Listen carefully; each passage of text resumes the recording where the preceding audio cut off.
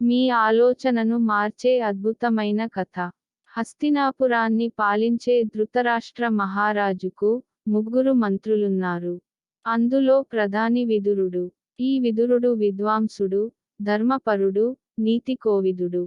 రెండవవాడు సంజయుడు. ఈయన రాయబార కార్యాలు నిర్వహిస్తూ నిరంతరం ధృతరాష్ట్రుని ఆంతరంగిక సలహాదారుగా ఉంటాడు. మూడవ వాడు కణికుడు. ఈ కణికుడు కూటనీతి కుశలుడు. అంటే మోసంతో, కుట్రలతో శత్రువులను ఎలా నాశనం చేయాలో చెప్పగలడు. అటువంటి కుటిల నీతిపరుడైన కణికుడు తన మహారాజుకి చెప్పిన కథ మీరు చదవబోతున్నారు.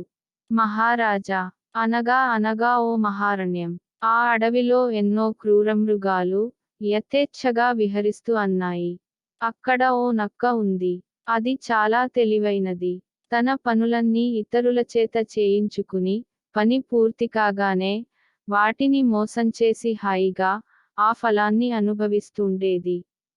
ఈ నక్కకి నలుగురు స్నేహితులున్నారు. పులి, తోడేలు, ముంగిస, ఎలుక.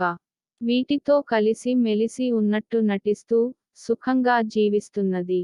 ఆ రోజులలో ఒకనాడు పిక్కబలిసి నవనవలాడుతూ హాయిగా గంతులేస్తూ చెంగుచెంగున దూకుతూ పోయే లేడి దాని కంటబడింది. ఆ లేడి ఈ మిత్రబృందాన్ని దూరం నుంచి చూసింది. చూస్తూనే వాటికి బహుదూరంగా పారిపోయింది. దాన్ని తినాలని నక్కకు కోరిక కలిగింది. ఎంత ప్రయత్నించినా దాన్ని పట్టడం సాధ్యం కావడం లేదు. బాగా ఆలోచించింది నక్క. మిత్రులను చుట్టూ కూర్చోబెట్టుకుని, స్నేహితులారా, ఈ లేడి ఎంత అందంగా ఉందో, దాని మాంసం అంత రుచిగా ఉంటుంది. అయితే దానితో పరుగెత్తే శక్తి మనకెవరికీ లేదు. కనుక దాన్ని చంపడం మనకు సాధ్యం కాదు. ఇప్పుడు మనం ఒక కుట్ర పన్ని దాన్ని చంపాలి. అప్పుడు హాయిగా దాని మాంసం మనం ఆరగించవచ్చు అని నాలుక చప్పరించి, అది ఎంత రుచిగా ఉంటుందో చూపించింది. అన్నిటికీ నోరూరింది. ఆ ఉపాయం నువ్వే చెప్పాలి నేస్తం, అన్నాయి అవి ఆతురతతో అటే చూస్తూ. అది కొంతసేపు ఆలోచన అభినయించింది. ఇప్పుడు ఆలోచన వచ్చింది. జాగ్రత్తగా విని మీ అభిప్రాయం చెప్పండి. ఈ లేడి మెలకువగా తిరుగుతుండగా మనం పట్టుకోలేం. అందుచేత ఇది అలిసిపోయి సుఖంగా నిద్రపోయే సమయం కనిపెట్టాలి. అప్పుడు చప్పుడు కాకుండా పాకుతూ పోయే ఈ ఎలకబావ దాని కాళ్ళు కొరికి పారేయాలి. అదే అదనులో పులి వెళ్ళి దాని మెడ విరిచివేయాలి. అంతే అంది. దాని తెలివికి అవి ఎంతో ఆనందించాయి. లేడి నిద్రపోయే సమయం కోసం ఎదురు చూశాయి.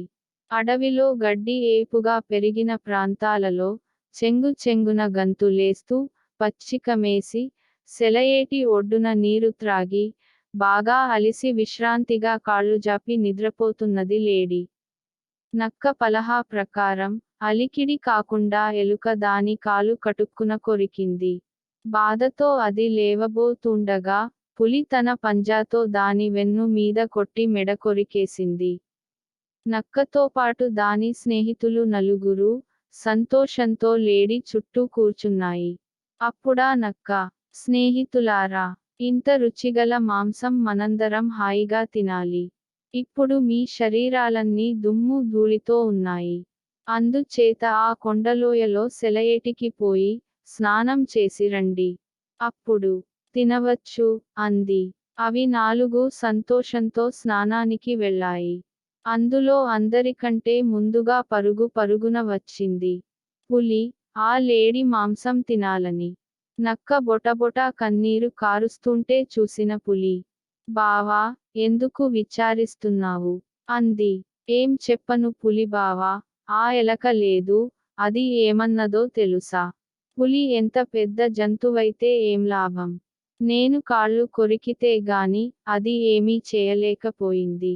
నా తెలివితో వచ్చిన లేడిని తినడానికి వస్తుంది సిగ్గులేకుండా అని వేళాకోళం చేస్తే నాకు బాధ కలిగింది అంటూ నక్క కన్నీరు విడిచింది. పులికి పౌరుషం వచ్చింది. మిత్రమా, ఎలుక నా కళ్ళు తెరిపించింది. ఈ రోజు మొదలు నా తిండిని నేనే సంపాదించుకుంటాను. ఒకరి మీద ఆధారపడను. అంటూ వెళ్ళిపోయింది. అంతలో ఎలక రాగా, విన్నావా, ఎలక బావా, ఈ లేడిని పులి ముట్టుకుంది కనక, ఇది విషపూరితం అయింది. దీన్ని నేను తినను. నా ఆకలి తీరడానికి ఎలకనే తినేస్తా అంటూ, ముంగిస బయలుదేరింది. అనగా ఎలుక చటుక్కున కన్నంలోకి పారిపోయింది. మరికొంతసేపటికి తోడేలు వచ్చింది. విన్నావా, పులిబావకు నీ మీద కోపం వచ్చి, నిన్ను తినేస్తానంటూ బయలుదేరింది. దాని భార్యతో కలిసి నిన్ను తింటుందట, అనడంతో తోడేలు దౌడు తీసింది. అప్పుడు ముంగిస రాగా, చాలా ఆశగా వచ్చావు. వాళ్ళ ముగ్గుర్ని చంపి దూరంగా పారేశాను.